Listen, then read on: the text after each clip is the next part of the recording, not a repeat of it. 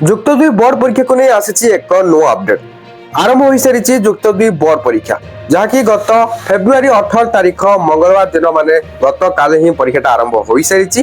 प्रथम दिन विज्ञान छात्र छात्री मातृभाषा ओडिया थिला। प्रथम दिन में सारा राज्य में मोट 96,929 जन छात्र छात्री परीक्षा देइछन्ति।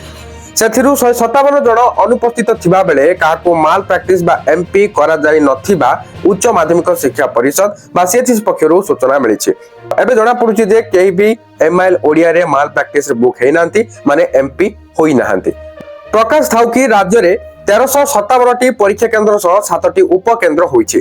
कॉपी रखिबा लागि 75 टी जनरल स्क्वाड को नियोजित करा जाइछि। एथिसह 1364 टी निरीक्षक स्क्वाड और 1364 टी जिला प्रशासन स्क्वाड अछंती। परीक्षा शांति श्रृंखलार सह होइथिबा सीएचसी परीक्षा नियंत्रक डॉक्टर प्रशांत कुमार परिडा सूचना दैछंती। तो आ गोटे सामना को आसी गोटे बड़ खबर जहा कि देखिया को पाउथबे सेट बी प्रश्न पत्र रे दुईटी भूल। प्रकृति रे भूल अछि कि नाही केते सत्यता कोन रहिछि खबर टिके नजर पकेबा। मातृभाषा ओडिया प्रश्न पत्र सेट बी रो 15 नंबर प्रश्न रे त्रुटि थिबा अभियोग होइछि। छात्र छात्री को अभियोग जे उक्त प्रश्न रे पठित कविता अवलंबन रे तळे दिया दैथिबा समस्त प्रश्नर उत्तर प्रत्येक गोटिए वाक्य रे प्रदान कर बोली उल्लेख रहिछि। किंतु पूरा प्रश्न पत्र रे केउठी भी कविता दिया जायनि जाहाको ने परीक्षार्थी द्वंद्व रे पड़िथिले।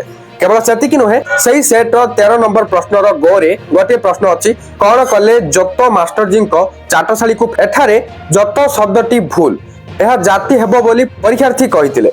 तबे ए सब अभियोग ऊपर सीएचसी रो प्रतिक्रिया मिली पारेनी। देखो जो माने एग्जाम देइथिबे बेस भला भाबरे जानिथिबे कोटा ठीक आछि कोटा भूल आछि तो केते सत्यता रहिछि से माने भला भाबरे जानि पारिबे। आपनको केउ सेट रो भी क्वेश्चन मिली थाउ ना काहे कि एई जो प्रश्न थिला तो आपण बेस भला भाबरे जानिथिबे तो निहात भाबरे कमेंट सेक्शन रे जणे देबे।